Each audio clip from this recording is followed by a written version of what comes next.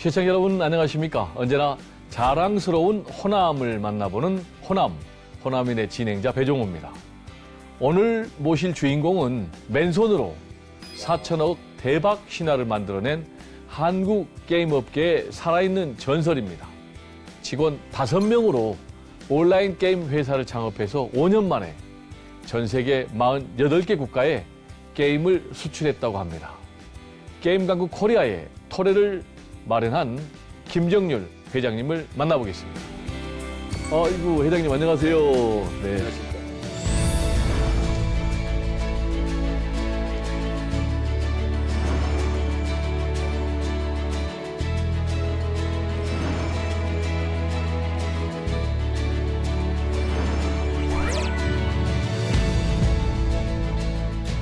우리 회장님 딱 뵈니까 네. 뭐 의상도 좋으시고 또 뭐 이렇게 얼굴도 환하신데 예. 회장님 얼굴 보니까 좀 돈이 따르실 그런 얼굴 같아요. 글쎄 오늘은 특별히 지금 방송이 있다고 그래서 네. 아침부터 좀 갖고 왔습니다.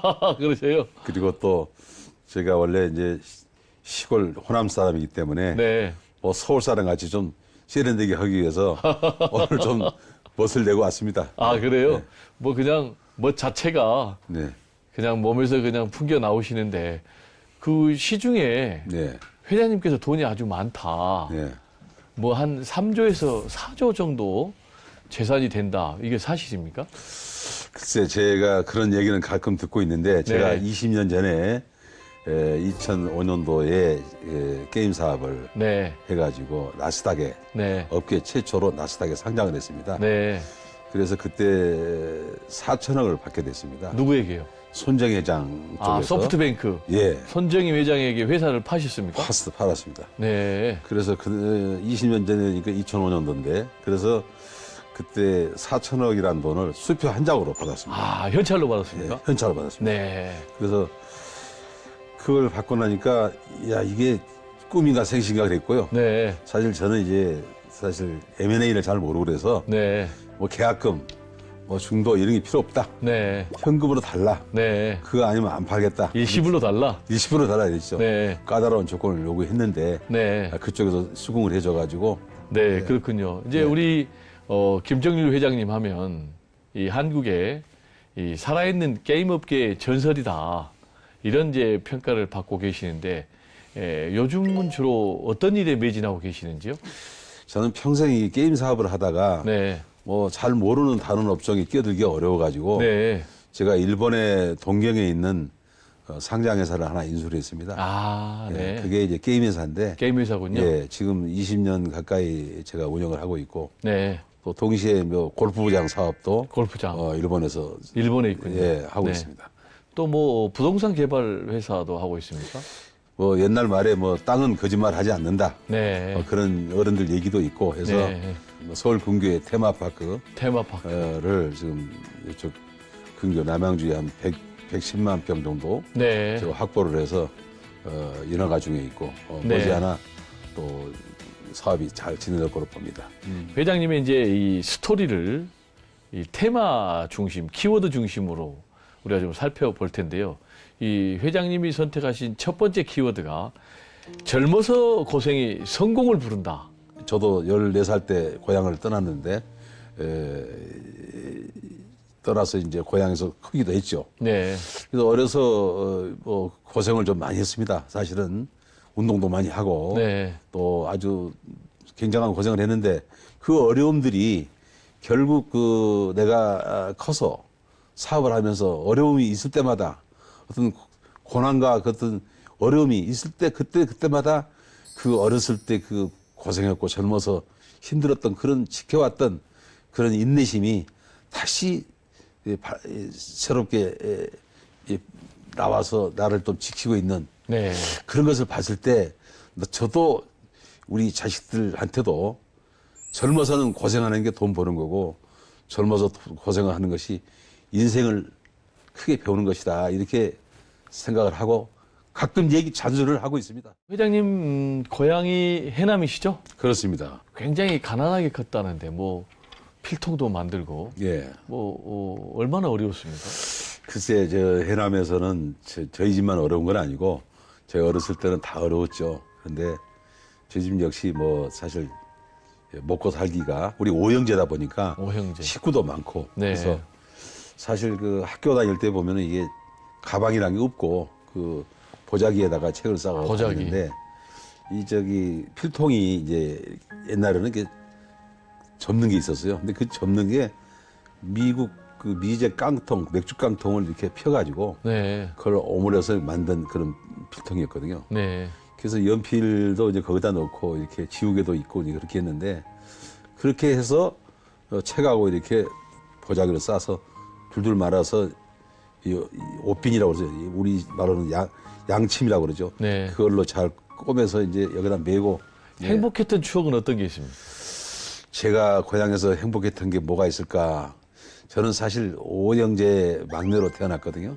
그래서 우리 오형제 누구보다도 제가 귀여움을 많이 탔어요. 네, 사랑을 많이 받았어요. 예. 그래서 아버지 어머니가 항상 날 이뻐했고 네. 또 이게 밥을 집에서 안방에서 밥을 먹으면 상이 저쪽에 이렇게 있고 아버지하고 나하고 이렇게 해서 아버지가 항상 저하고 겸상을 했어요. 그렇군요. 둘이서만. 네. 그 옛날엔 막둥이라고 그래가지고 그렇죠. 동네에서 부르면 막둥아 그랬죠. 네. 그래서 이제 막내로 사랑을 많이 받고 컸는데 예, 그러면 이제 중학교 때 예, 공부를 더 잘하기 위해서 부모님들이 목포로 유학을 보내신 겁니까? 예. 그 지금 생각하면 14살이면 참 어린애죠. 그럼요. 그런 애를 유학으로 보낸다고 목포로 해서 가서 목포에 가서도 또 하숙했으면 좋지만 또 우리 저 아는 분들하고 자취한다고 그래가지고 자취. 예, 그러니까 중학교 1학년 때부터. 이제 그럼 자취한다면 이제 본인이 밥 다 해 먹은 거예요? 이제 본인이 해 먹어야 되고요. 네. 또 목포는 그 당시에는 이제 수돗물이 나오지 않았기 때문에 네. 물을 길러서 먹어야 되거든요. 네. 그래서 유달산 밑에 가면 우물이 있는데 네. 그 우물에서 그 물찌개를 지고 이렇게 와서 그 물로 이제 밥을 해 지어 먹어야 되는데 저는 막내다 보니까 물찌개를 지어보질 않았어 가지고 네. 근데 뭐 자취할 때 예, 뭐 너무 집이 추워가지고 예. 뭐 밖으로 돌아다녔다는 그런 또 얘기도 있더라고요. 옛날 우리말로 나이롱장판에 이런 데가 이 하숙방이 있으면 네. 방에 들어가면 방이 얼음이다. 추워서. 냉방. 냉방이죠. 얼음장이죠. 거기서 공부를 한다는 건 어렵습니다. 사실. 네. 동상이 걸리고. 그러니까 추우니까 이제 저녁이면 학교 끝나고 가방 내려놓고 이제 밖으로 나가는 거죠. 밖으로. 나가서 시내를 배하고 하기도 네. 하고. 그러다 보니까 이제 추위를 이기는 것이죠. 네. 그러면 서울에는 언제 올라오신 건가요? 배제고등학교라고 있었는데 네. 그 학교를 보라고 그래서 참 벼락 공부를 했죠. 네. 벼락 공부라는 게 참 어렵지 않습니까? 그렇죠. 그래서 학교를 떨어지고 네. 2차로 서울에 있는 고등학교를 네. 가게 됐습니다. 네. 그리고 일본으로 유학을 가시게 된 건가요? 일본에 유학할 수 있는 길이 있다고 그래서 네. TV도 전부 진공관으로 돼 있어. TV 안을 보면은 네. 촛불이 같이 이렇게 켜져 있었고 전축 역시도 그랬고 그랬었죠. 제가 그걸 좀 전공을 하면서 랭귀지 스쿨을 다녔고요. 1년을 마치고 일본에 있는 당시 이제 지오다 대학이라고 거기 기술대학을 가게 됐습니다. 자, 그러면은 이제 게임기 사업입니까? 어쨌든 이 첫 사업은 언제 시작하셨나요? 그게 1982년서부터 네. 제가 게임기 사업을 시작한 걸로 봅니다. 그래서 네. 게임 기판도 만들고. 그때 이제 게임 기판으로 시작이 예, 됐겠네요. 그렇습니다. 네. 기판이 있어야 또 기계도 만드는데 기판을 제작을 하기 시작해가지고 그게 인기가 좋아서 네. 홍콩 그 당시에는 홍콩이라는 데가 아주 홍콩은 또 제3지역으로 가는 데도 좋고 그래서 네. 홍콩으로 많이 그 수출을 하게 됐고요. 네. 그래서 물건이 하도 많이 팔리고 그래서 네. 제가 홍콩에서 한 6개월 동안 그 주재를 하면서 그 중국으로 네. 많이 수출을 했습니다. 그때도 게임기 판을 수출한 네, 겁니까? 판을 수출했습니다. 네. 게임기 판을 넘어서 이제 정식으로 또 게임기를 만들었잖아요. 예, 그래가지고 확 성장했는데 예. 사업이 그냥 확 성장하게 된 특별한 배경이 있다면서요. 버티월드를 개장하기 위해서 네. 시설을 한다는 얘기를 들었어요. 네. 그래서 많은 사람들이 거기에 기계를 납입하기 위해서, 네. 납품하기 위해서 이제 했는데 저도 네. 거기에 대한 관심을 많이 가지고 네. 롯데월드 쪽을 갔습니다. 가서 이제 거기다 알아보니까 롯데월드가 규모가 워낙 크고 네. 또 게임기라고 하는 게 주로 이제 놀이시설이다 보니까 금액이 크지 않습니까? 제가 열심히 기계를 고쳐줬습니다. 뭐 밤이 새도록 열심히 해서 그 업장이 다 돌아갈 수 있도록 해줬고요. 네. 그것이 아마 신용의 바탕이 돼서 롯데월드에서 기계를 좀 납품해달라는 요청을 받고 네. 납품을 하게 되는데 워낙 기계 대수도 많고 게임 기계라는 것이 이제 일정 기간이 되면 다 바꿔야 됩니다. 실증이 네. 나기 때문에 꼭 우리 회사에 같이 일해야 될 사람이다라고 이게 됐다고 그럽니다. 그래서 신 회장께서 그럼 우리 회사가 돈을 선불로 주라. 네. 줘서 기계를 들어오도록 해라. 이 기계는 전부 일본에서 들어왔거든요. 네. 그래서 일본에서 이제 유명 그 회사 게임기를 들어와서 가동을 시켰고 그래서 좀 역시 신용이라는 게 제가 성실하게 살았기 때문에 많은 사람들이 또 연결도 해주고 그래서 그때 좀 돈을 많이 번 캐스라 볼 수 있습니다. 네. 두 번째 키워드는 이제 보니까 사이버 월드. 이건 무슨 뜻입니까? 1997년도를 전후해서 네. 사이버 월드라는 말이 네. 신조어로 나오게 됐고요. 네. 사이버 월드라는 거는 앞으로 전망이 있고 네. 앞으로 미래지향적인 사업이라고 판단이 돼가지고 네. 제가 98년도부터 사이버월드의 개념을 익히고 네. IT 사업을 시작을 하게 된 것입니다. 예, 그리고 이제 회장님께서 2002년도에 개발한 게임, 이게 보니까 뭐 전 세계에 선풍적인 인기를 끌어가지고 예, 누적 회원수가 3천만 명이나 됐습니까? 네 그렇습니다. 네, 어떤 게임인가요? 그 게임의 성격은 그 귀여운 캐릭터입니다. 네, 그 캐릭터 모든 캐릭터가 아주 귀엽고요. 네, 또 판타지성 네. 그런 게임을 갖고 있어서 네. 특히 여자의 소녀들이 아주 좋아하고 또 젊은 사람들이 아주 즐기는 그런 게임이고 당시에는 약간 이제 우리 갬블성, 도박성 게임이 좀 많이 시작을 했었죠. 네, 그게 이제 많이 되는데 저는 확실하게 개발자들한테 이 도박성 게임은 절대 안 된다. 네, 순수 게임으로 즐길 수 있는 아이템으로 즐길 수 있는 게임을 우리는 고집한다. 그것이 우리의 특징이고 우리 게임이 살아갈 수 있는 길이다. 제가 그걸 수십 번 강조를 했고요. 일본에서 어마어마하게 들어오는 거야 이게. 네, 일본에서 오픈을 하자마자 서버가 다운이 되고 네, 난리가 났습니다. 이걸 네. 깜짝 놀랐습니다. 이게 네. 왜 이렇게 유저들이 많이 들어오는지. 근데 이제 일본에서 너무 인기를 끌어가지고 예, 그 게임과 관련된 뭐 축제도 열고 일본에서 예, 그리고 또 회장님을 그 또 축제 현장에 초청까지 했습니다. 예. 네. 그래서 일본에서 이제 워낙 그 페스티벌을 열려가지고 네, 아주 대상황을 이뤘죠.